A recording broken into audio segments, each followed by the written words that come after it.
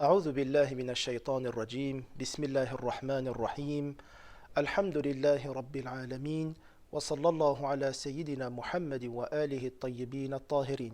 Chers frères, chères sœurs, assalamu alaikum wa rahmatullahi wa barakatuh.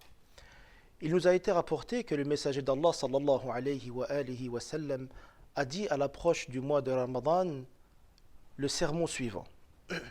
Il a dit: Ya ayyuhan nas, إنه قد أقبل إليكم شهر الله بالبركة والرحمة والمغفرة. Bien entendu, le sermon est bien plus long que cela, mais je vais le traiter paragraphe par paragraphe.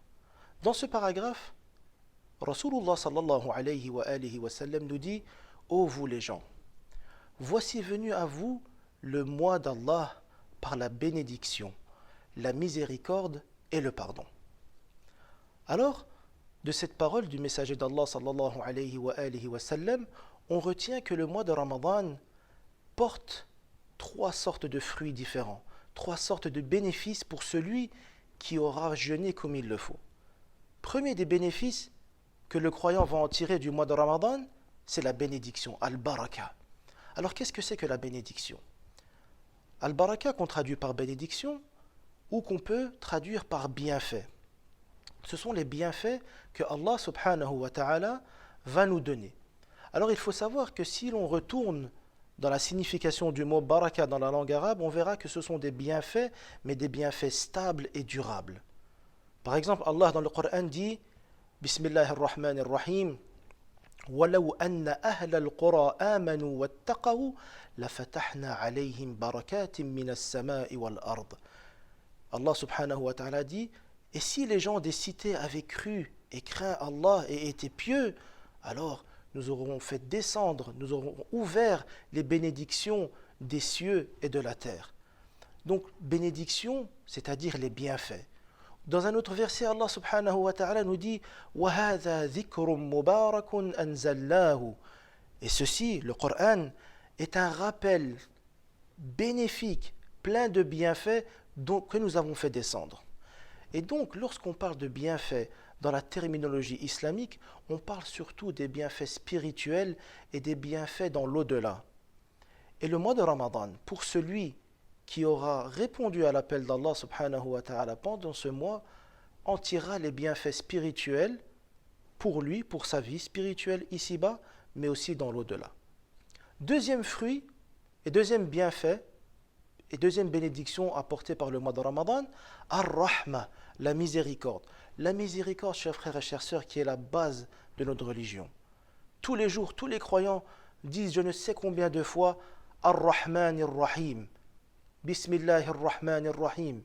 Par la grâce du nom d'Allah, le tout miséricordieux, le très miséricordieux. Les exégèses du Saint-Coran nous disent que le mot Rahma, le mot miséricorde et ses dérivés sont intervenus plus de 500 fois dans le Coran. D'où l'importance de la miséricorde. Alors, qu'est-ce que la miséricorde?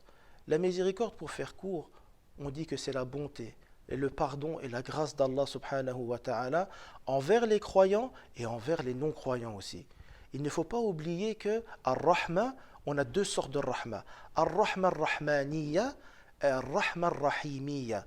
Quand on dit Bismillahir Rahmanir Rahim, Ar-Rahman et Ar-Rahim sont issus de la même racine qui est Ar-Rahma, la miséricorde. Sauf que Rahman, c'est la miséricorde destinée à l'ensemble de la création d'Allah subhanahu wa ta'ala, croyants et non-croyants, humains et non-humains, animaux, végétaux, etc. Alors que Ar-Rahim, c'est Ar-Rahma Ar-Rahimiya, c'est la miséricorde d'Allah subhanahu wa ta'ala, destinée et spécifique aux croyants. Donc le mois de Ramadan vient avec cela. Si l'on jeûne comme il se doit, nous en ressortirons avec la miséricorde d'Allah subhanahu wa ta'ala sur nous. Troisième cadeau, si je peux me le permettre, apporté par le mois de Ramadan, c'est al-maghfira, le pardon. Le pardon dont tout à chacun a besoin. Nous avons tous besoin du pardon d'Allah subhanahu wa ta'ala. Aujourd'hui, chacun d'entre nous a ses propres péchés. Chacun d'entre nous a ses propres fautes. Et chacun d'entre nous souhaite et désire bénéficier du pardon d'Allah subhanahu wa ta'ala. Alors, une question que l'on pose souvent, quelle est la différence entre al-maghfira et al-afwa? Certaines personnes nous demandent, parce que, par exemple, si l'on regarde le dernier verset de Surat al-Baqarah, lorsqu'on dit « Wa'afu anna, waghfir lana, warhamna » absous-nous, pardonne-nous et fais-nous miséricorde. Alors, quelle est la différence entre al-af et al-maghfira? Al-af, qu'on peut traduire aussi par le pardon, et le maghfira, qu'on peut aussi traduire par pardon. Quelle est cette différence? Les ulama nous disent que al-af, c'est le pardon, dans la mesure où Allah subhanahu wa ta'ala ne va plus inscrire le péché dans notre livre des comptes. Alors que le maghfira, c'est le pardon, tout comme al-af, c'est-à-dire Allah subhanahu wa ta'ala ne va pas inscrire ce péché dans notre livre des comptes, mais en plus de cela, il va enlever les effets négatifs que les péchés peuvent avoir sur l'âme. Donc, al-maghfira, si l'on veut, c'est une forme de pardon plus importante que l'afwa. Et le mois de Ramadan vient avec cela. Si l'on jeûne comme il faut, alors nous serons pas seulement pardonnés de nos péchés, mais les effets négatifs et dévastateurs des péchés disparaîtront de notre âme. Walhamdulillahi rabbil alamin. Wa sallallahu ala sayyidina Muhammadin wa alihi at-tahirin.